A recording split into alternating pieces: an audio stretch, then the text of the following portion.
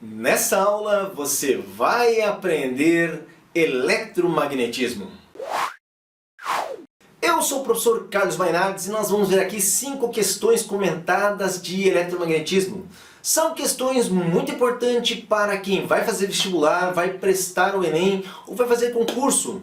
Essas questões falam a respeito de campo magnético, força magnética, transformadores. Então são imperdíveis para você que está treinando para ir bem em física. Vamos às questões? Um fio condutor longo e retilíneo, percorrido pela corrente I, encontra-se à distância 2r do centro de uma espira de raio R, percorrido por uma corrente I', no sentido horário. Qual o sentido e a intensidade da corrente I em função de I' para que o campo magnético seja nulo no centro da espira? Nessa questão, então, nós temos uma espira que é atravessada por uma corrente elétrica no sentido horário, e se você aplicar a regra da mão direita, colocando o polegar no sentido da corrente elétrica e fechando a mão, você vai perceber que no centro da espira nós temos um campo magnético que entra no plano. No fio condutor, nós precisamos ter um campo magnético que se oponha a esse campo magnético que aqui nós vemos. Então, portanto, se nós temos um campo produzido pela espira que entra no plano, nós precisamos que o fio produza um campo magnético que saia do plano. E para isso, novamente aplicando a regra da mão direita, vemos que a corrente elétrica precisa ser para o lado esquerdo. Você vai colocar o polegar no sentido da corrente e vai fechar a mão e vai ver que os dedos saem do plano. Agora, nós já sabemos que a corrente elétrica ela é para a esquerda. A intensidade do campo magnético produzido pela corrente que passa na espira e o campo magnético produzido pela corrente que passa pelo fio precisa ter a mesma intensidade. Desse modo, escrevemos que o campo do fio é igual ao campo da espira. O campo no fio é dado por μi, 2π, e a distância, nós vemos aqui que é 2r até o centro. Então, por isso aqui 2r é a distância. E a espira é μ vezes a corrente que passa por ela em linha, dividido por 2 vezes r. Podemos simplificar aqui a constante μ e também observe que 2r pode ser simplificado. Desse modo, quando isolamos a corrente I, nós temos 2π que passa multiplicando I'. Olhando para as alternativas, nós vemos que a alternativa correta é a letra A. Uma carga elétrica entra numa região onde tem um campo magnético com direção oblíqua à direção da sua velocidade. Nesse caso, podemos dizer que o movimento da carga nessa região é. Observe aqui nessa questão, então, onde, de acordo com o texto, nós temos o campo magnético representado e o vetor velocidade oblíquo ao campo magnético. Olhando também para as situações descritas, primeiramente nós temos aqui o seguinte raciocínio. Para ser MRU e MRV, a força magnética precisa ser nula, certo? E quando nós temos aqui o vetor velocidade oblíquo ao vetor campo, a força magnética não é nula, portanto, essas duas opções elas não servem. Para MCU e MCUV, a força e o campo precisam ser perpendiculares entre si. E observe que também não é o caso, pois nós temos os vetores oblíquos. No caso aqui, quando a velocidade e o campo são oblíquos entre si, nós temos que a carga elétrica ela vai espiralar, então ela vai fazer um movimento, no caso aqui, que a gente chama de helicoidal, no sentido do campo magnético. Observe que então a alternativa correta será a letra A. Em um transformador que possui uma DDP de entrada de 200 volts, no enrolamento primário é atravessado por uma corrente de 1,5 amperes. Se o enrolamento secundário é atravessado por uma corrente de 7,5 amperes, a DDP do enrolamento secundário é igual a. Então, observe aqui, nós temos aqui o primário, tá? Com um DDP de 220 volts e uma corrente de 1,5, e nós temos que o secundário é atravessado por uma corrente de 7,5 amperes e queremos saber a DDP. Nesse caso aqui, para transformadores, nós sabemos que a potência no primário e no secundário é constante. Isso equivale a dizer que a potência no primário é igual ao do secundário. Desse modo, potência no primário igual a potência na secundária, mas potência, lembramos que é a corrente multiplicada pela diferença de potencial. Então, se eu considerar aqui I1 como a corrente no primário e a DDP no primário, como 1, eu tenho I2 como a corrente no secundário e a DDP no secundário.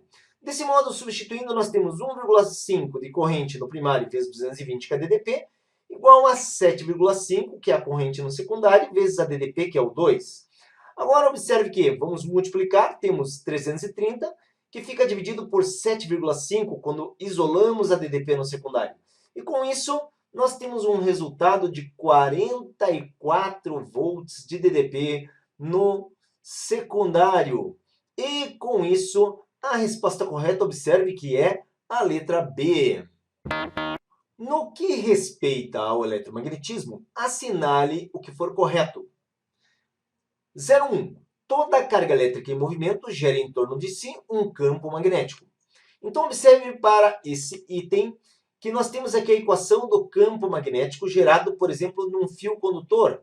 Mas se nós pensarmos que a corrente elétrica é a carga dividido pelo tempo, e se nós pensarmos numa única carga em movimento, nós teríamos exatamente essa equação para determinar o campo magnético. Então, toda carga em movimento, ela gera um campo magnético. 02. O campo magnético no interior de um solenoide é uniforme e tem a mesma direção do eixo do solenoide. Então, aqui nessa questão, nós temos o chamado solenoide, nós temos a corrente elétrica que passa, então, pelas espiras, e isso, se você aplicar a regra da mão direita, você vai ter, de acordo com o sentido da corrente elétrica, um campo no interior do solenoide, que é paralelo ao seu eixo e constante. A segunda afirmação também é correta. Na afirmação de 04, a força magnética sobre uma carga elétrica em repouso num campo magnético é nula. Observe que a equação da força magnética é dada por carga vezes velocidade vezes intensidade do campo vezes seno do ângulo entre o campo e a velocidade. Mas, se a velocidade for nula, nós teremos então que a força será nula, o que é correto na afirmação. Em 08, nós temos que um elétron é desviado quando atravessa uma região nula de um campo magnético. Observe novamente a mesma equação, a força que causa o desvio sobre o elétron, porém o campo magnético não pode ser nulo, portanto a afirmação 8 é errada. Se nós observarmos o correto, seria 040201 com somatória 07, o que vemos na letra C.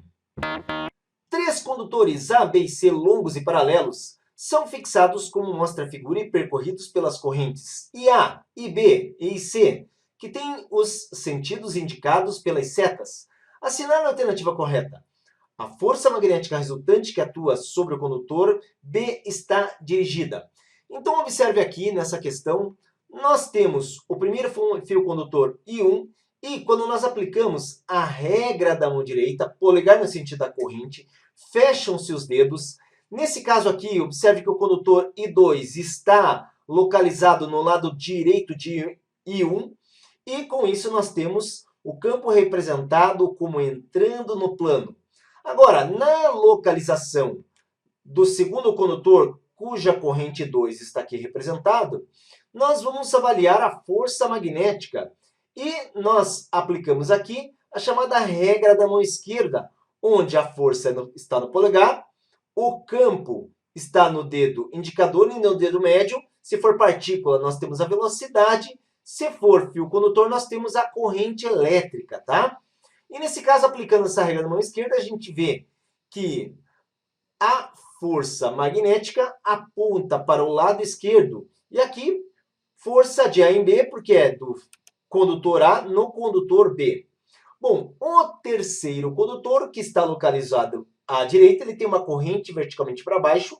E aplicamos novamente a regra da mão direita para observar qual é o campo que ele produz à sua esquerda na região do condutor 2. E com isso a gente vê que esse campo também entrando no plano.